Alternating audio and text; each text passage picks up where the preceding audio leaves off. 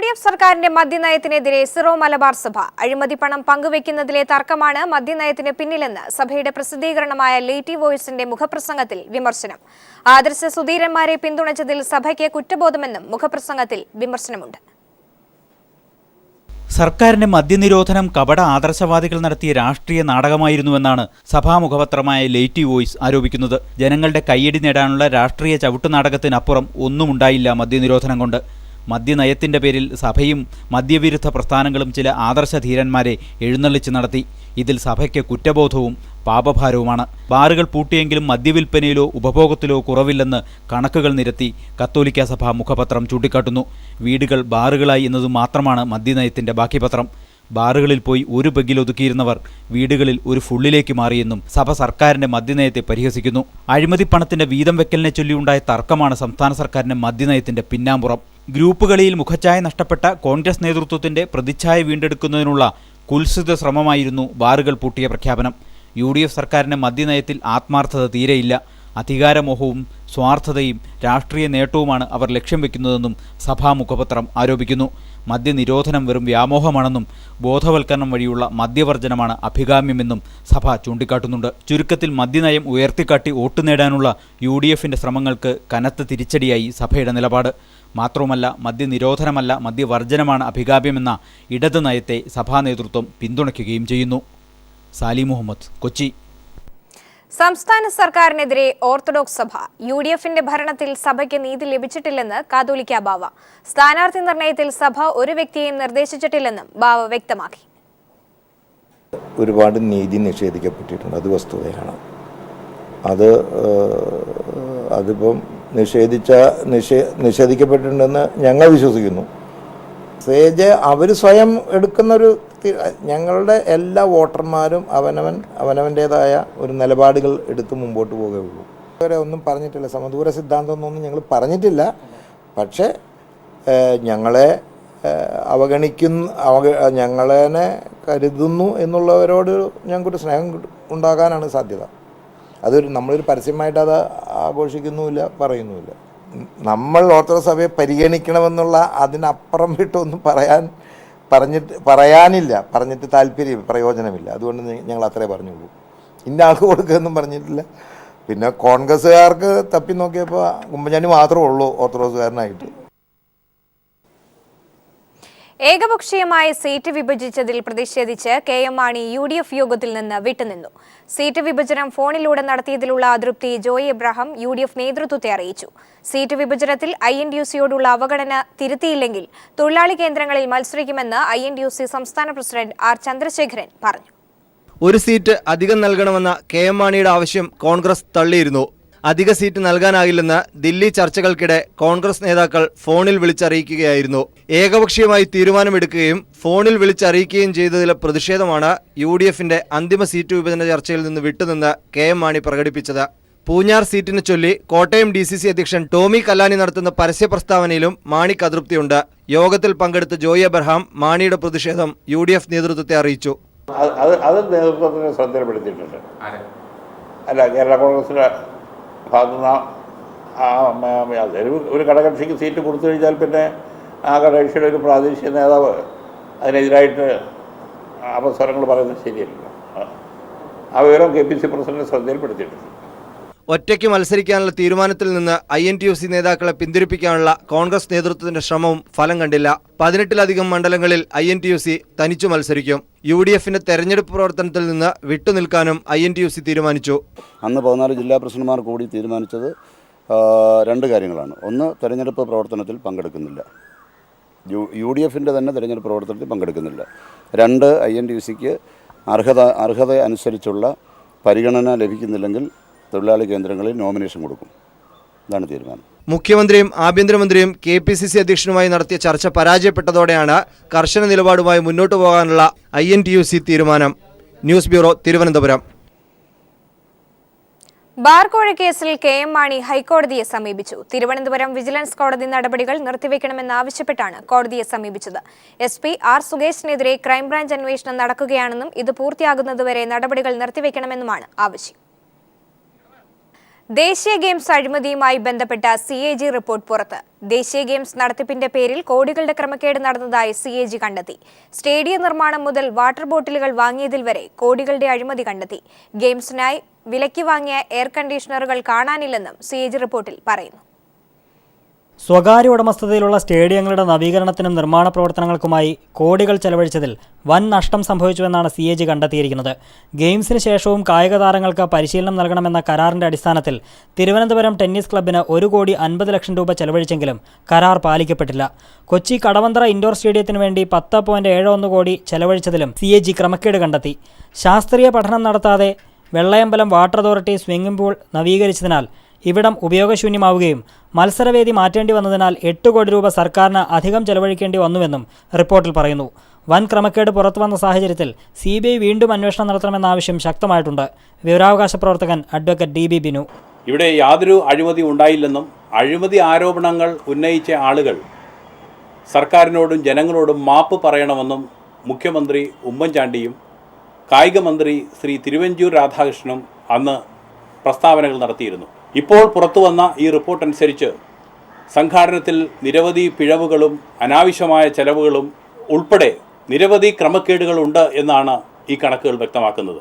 Run Kerala run നടത്തിയതുവഴി 10 കോടി രൂപ സർക്കാരിന് നഷ്ടം സംഭവിച്ചുവെന്നും CAG റിപ്പോർട്ടിൽ പറയുന്നു. 30 ദിവസത്തേക്ക് വാടകയ്ക്ക് എടുക്കേണ്ടതിന് പകരം എയർ കണ്ടീഷണറുകൾ വിലയ്ക്ക് വാങ്ങിയതിലൂടെ നഷ്ടം സംഭവിച്ചുവെന്നും വാങ്ങിയ AC-കൾ എവിടെ പോയെന്ന് കാണാനില്ലെന്നും റിപ്പോർട്ടിൽ സൂചിപ്പിക്കുന്നു. ഉദ്ഘാടന സമാപന ചടങ്ങുകൾക്ക് ഭക്ഷണ വിതരണത്തിന് ടെൻഡറില്ലാതെ കരാർ നൽകുക വഴി 26 ലക്ഷം രൂപ നഷ്ടമായി. ഗെയിംസ് നടത്തിപ്പിന് ശേഷം മിച്ചം വന്ന 20 കോടി രൂപ സ്വകാര്യ അക്കൗണ്ടിൽ സൂക്ഷിച്ചതായും CAG കണ്ടെത്തിയിട്ടുണ്ട്. കോമൺവെൽത്ത് ഗെയിംസ് അഴിമതിക്ക് സമാനമായി ദേശീയ ഗെയിംസിന്റെ നടത്തിപ്പിലും കോടികളുടെ ക്രമക്കേട് നടന്നതായാണ് CAG കണ്ടെത്തിയിരിക്കുന്നത്. CAG റിപ്പോർട്ട് പുറത്തുവന്ന സാഹചര്യത്തിൽ ഇത് സംബന്ധിച്ച് സിറ്റിംഗ് ജഡ്ജിയെ കൊണ്ട് അന്വേഷിപ്പിക്കണമെന്നാണ് വിവിധ കോണുകളിൽ നിന്ന് ആവശ്യമുയർന്നിരിക്കുന്നത്. കൊച്ചിയിൽ നിന്ന് KM Umesh. Peermade hope plantation മിച്ചഭൂമി നൽകിയ സർക്കാർ ഉത്തരവ് മന്ത്രിസഭായോഗം റദ്ദു ചെയ്തു. ഉത്തരവിനെതിരെ വ്യാപക പ്രതിഷേധമുയർന്ന പശ്ചാത്തലത്തിലാണ് തീരുമാനം. ഭൂപരിഷ്കരണ നിയമം ലംഘിച്ച് 750 ഏക്കറാണ് ഹോപ്പ് പ്ലാന്റേഷന് റവന്യൂ വകുപ്പ് കൈമാറിയത്. ഉത്തരവ് റദ്ദു ചെയ്യണമെന്ന് KPCC അധ്യക്ഷൻ VM സുധീരനും മുഖ്യമന്ത്രിയോട് ആവശ്യപ്പെട്ടിരുന്നു. മെത്രാൻ, കരുണ എസ്റ്റേറ്റ്, സന്തോഷ് മാധവന് ഭൂമി നൽകൽ എന്നീ വിവാദ ഉത്തരവുകൾ റദ്ദാക്കിയതിന് പിന്നാലെയാണ് ഹോപ്പ് പ്ലാന്റേഷൻ ഉത്തരവ് റദ്ദു ചെയ്തത്. അതിനിടെ നിബന്ധനകളോടെ സർക്കാരിന് സൗജന്യ അരി വിതരണം നടത്താമെന്ന് കേന്ദ്ര തെരഞ്ഞെടുപ്പ് കമ്മീഷൻ അറിയിച്ചു. പുതിയ ഗുണഭോക്താക്കളെ ചേർക്കാൻ പാടില്ലെന്ന് കമ്മീഷൻ നിർദ്ദേശിച്ചു. ഉമ്മൻചാണ്ടി സർക്കാർ അഴിമതി വ്യാപകമാക്കിയെന്ന് CPIM പോളിറ്റ് ബ്യൂറോ അംഗം പിണറായി വിജയൻ. മദ്യനിരോധനമല്ല, മദ്യവർജനമാണ് ഇടതുമുന്നണിയുടെ നയമെന്ന് പിണറായി വിജയൻ പറഞ്ഞു. മദ്യനിരോധനം പ്രായോഗികമല്ലെന്നും പിണറായി കോഴിക്കോട് പറഞ്ഞു. ആന്റണി സർക്കാരിന്റെ ചാരായ നിരോധനം തുടർന്നു വന്ന ഇടതുമുന്നണി സർക്കാർ പുനഃസ്ഥാപിച്ചില്ലെന്നും പിണറായി കൂട്ടിച്ചേർത്തു. ഞങ്ങൾ മദ്യവർജനത്തിന് വേണ്ടിയാണ് നിലകൊള്ളുന്നത്. മദ്യവർജനം എന്ന് പറഞ്ഞാൽ മദ്യവർജന സമിതികളുണ്ട് നമ്മുടെ നാട്ടിൽ. അത്തരം സമിതികളുമായി ബന്ധപ്പെട്ടുകൊണ്ട് മദ്യത്തിൻ്റെ ഉപഭോഗം എത്രമാത്രം കുറച്ച് കൊണ്ടുവരാൻ കഴിയുമോ അതിനുള്ള എല്ലാ പരിശ്രമങ്ങളും ഞങ്ങൾ നടത്തും. ഞങ്ങളൊരിക്കലും മദ്യം പ്രോത്സാഹിപ്പിക്കുന്നവരല്ല. പക്ഷേ നമ്മുടെ നാട്ടിൽ മദ്യം പൂർണ്ണമായി നിരോധിച്ചാലുണ്ടാകാനിടയുള്ള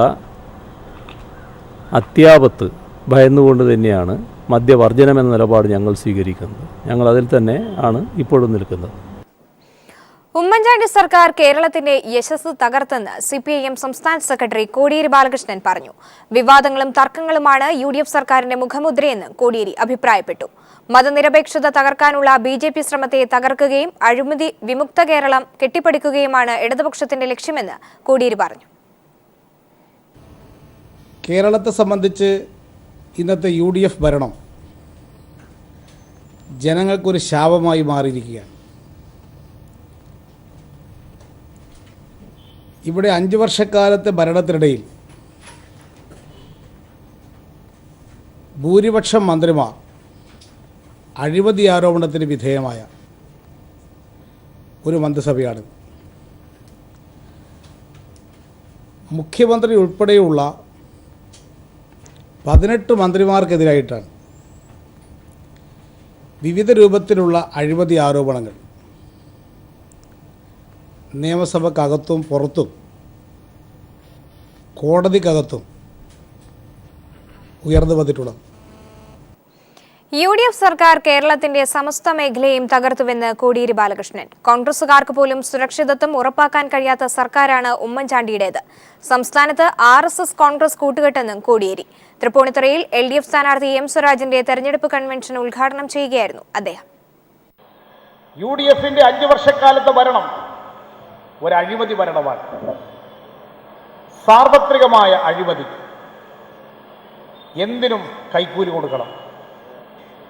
കാര്യം നടക്കണമെങ്കിൽ വില്ലേജ് ഓഫീസ് മുതൽ സെക്രട്ടേറിയറ്റ് വരെ കൈമടക്ക് കൊടുക്കേണ്ടുന്ന ഒരു സംസ്ഥാനമായി ഉമ്മൻചാണ്ടി ഭരിക്കുന്ന കേരളം മാറി.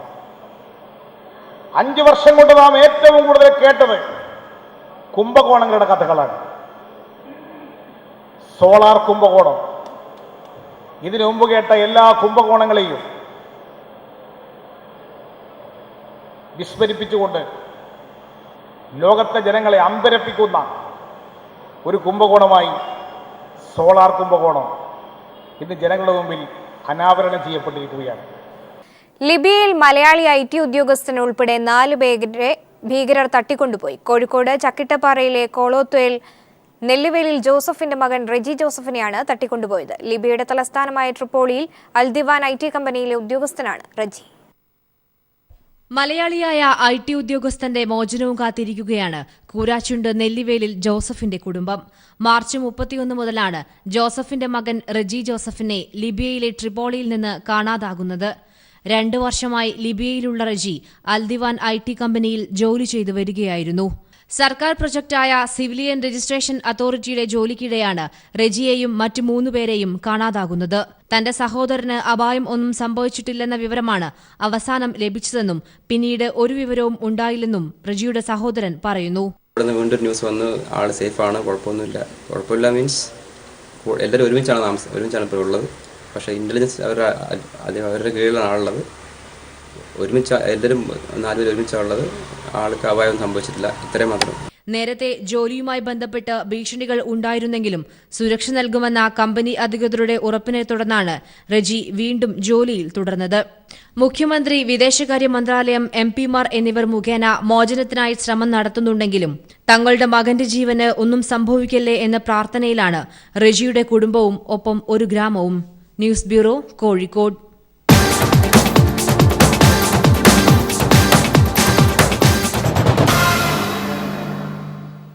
തെരഞ്ഞെടുപ്പ് പ്രചാരണത്തിന് പുതിയ രീതികളുമായി LDF.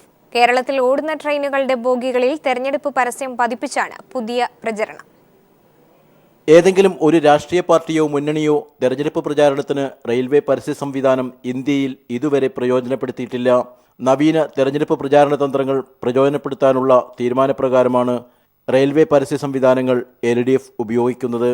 കേരളത്തിലെ ലക്ഷക്കണക്കായ റെയിൽവേ യാത്രക്കാരിലാകെ LDFന്റെ തെരഞ്ഞെടുപ്പ് പ്രചാരണ സന്ദേശങ്ങൾ എത്തിക്കുവാൻ ഈ പരസ്യ സംവിധാനം സഹായകമാകും. അഴിമതിരഹിത ഭരണം, വികസന കാഴ്ചപ്പാട്, മതനിരപേക്ഷ മൂല്യങ്ങളുടെ സംരക്ഷണം എന്നിവ സംബന്ധിച്ച LDFന്റെ കാഴ്ചപ്പാട് റെയിൽവേ ബോഗികളിലെ ചുവപ്പ് പ്രതലത്തിൽ തയ്യാറാക്കിയ പരസ്യവാചകങ്ങൾ പ്രതിഫലിപ്പിക്കുന്നു.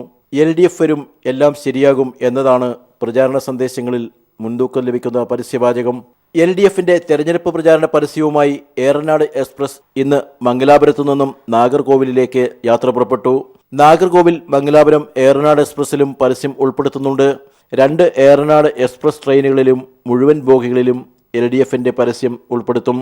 Mangalapuram Coimbatore intercity, Thiruvananthapuram Ernakulam Vanchinad express, Thiruvananthapuram Shoranur Venad express, Thiruvananthapuram Guruvayur intercity എന്നിവയിലും LDFന്റെ പ്രചാരണ പരസ്യങ്ങളുണ്ടാകും.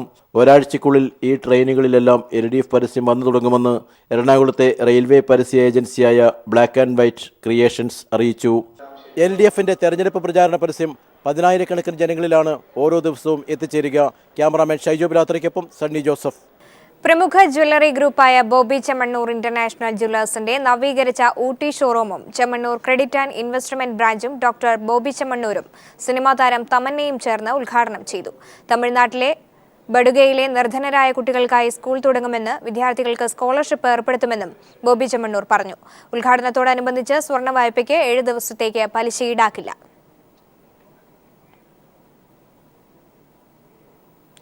മോഡേൺ ഡിസ്ട്രോപോളിസ് ഏർപ്പെടുത്തിയ മികച്ച കർഷകർക്കുള്ള വയറൻ കർഷക അവാർഡുകൾ വിതരണം ചെയ്തു. കൊച്ചിയിൽ നടന്ന ചടങ്ങിൽ പ്രമുഖ ചലച്ചിത്ര സംവിധായകൻ PT കുഞ്ഞുമുഹമ്മദ് അവാർഡ് ദാനം നിർവഹിച്ചു. സമകാലിക പശ്ചാത്തലത്തിൽ കൃഷിയെയും കൃഷിക്കാരെയും പ്രോത്സാഹിപ്പിക്കേണ്ടത് കാലത്തിന്റെ അനിവാര്യതയാണെന്ന് തിരിച്ചറിഞ്ഞാണ് മോഡേൺ ഡിസ്ട്രോപോളിസ് കർഷക അവാർഡുകൾ വിതരണം ചെയ്തത്.